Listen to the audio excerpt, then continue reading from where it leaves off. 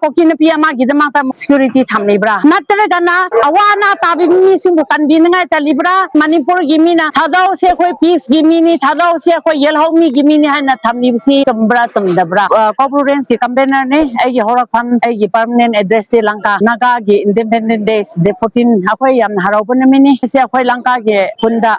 ayu pung turuk ti gi pung 3 pung 9 aduda thokhiba wari ai tenap na haijage august date at cm khemchan mana kampopi da chapada khoi gi area da peace leirani lambila chatpa snapati to kampopi to imphal asi chatpi gi lambi da keso apan beleiroi akhoi da peace leirani tingtam loin mase akhoi peaceful wairani haina makon sengna akib leitana ma lo thokhibani cm na lo thokhib da khoi su thajai asi cm na manung da kri tawram libra habse khoi cm busu singna leire 13 june gi 2026 gi sanda makoi mesen kamna raga rims ta mi ani pukhalaga la yengna ki adu matam da khoi na sida ko kisingbo pukhalaga sida la yengbi aroi haina khoi protest su tawngai na khoi kan honarami khirakpada di ki waidap su thadawni makoi budia khoi peace hoina leiribani haina akhoi bu khamki adu idi manipur gi cm na sida peace purang ngai haina makoi na honaraga leibani na akhoi su peace pambani na asida lai kanaba ani bo khoi kre su disturb tawda jana khoi lai kanaraga makoi mesen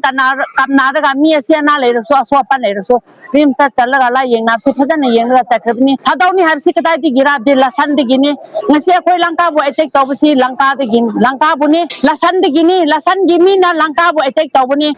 village to village attack tawbni khoi na tawri bsi public sing ne underground sing na purga public sing bu tawri bni khoi manipur gimi na thadaw se khoi peace gimi ni thadaw se khoi yelhau mi gimi ni haina thamni bsi chambra chamdabra hanna sida la yengkhiba june 13 da sida la yengkhiba sokpani purara la yengraga phana chakhibsi thadawni hanna la yengkhiraga chakhibni adu bongasi langka da thopisi mi ani sie within nang abon mai uri lembo chongting dui mai mabani siribsi hoji khoba state government na adu da sport inquiry changba ngamda dunna leibisi lasanda cpf leye makoi da cpf leye kimrakta leibisi kilometer 3 su phade adu kimrakta kari tawbi cm hoji manipur akhoi gi cm state government kari gi akhoi langka da hoji khoba mi siraga leibudu khoba sport inquiry tawba ngamda dunna leibro akhoi budi kada kana gimi ni hana akhoi bu inthok khiba leibro asi hoji state government singna asi tawba ngamda ba si akhoi mi yamna mi singna ba state government si CMC manung da krino ma di ma gi sanaba leire akhoi naga tribe akhoi lengai tribe ma krino ma gi penda ba leibra se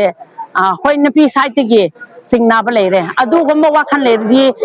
nungsi duna CM su thadok pio achamba si mambra nganbra thadok pio me 13 gi asida hoki sing reverend sing pastor sing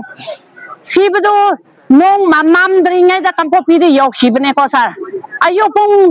mapantra da thok hibdo ampo pi de mandringa de yok hibne adu bong Sri Lanka da sida thok hibdo hoji paba mi asi bi de ma asi khibe ye mafam da point kori taw bangam da jan lebse akhoi ye CM secretary tawribra akhoi ye koki sing boso naga sing boso ngakani hana central force thamliba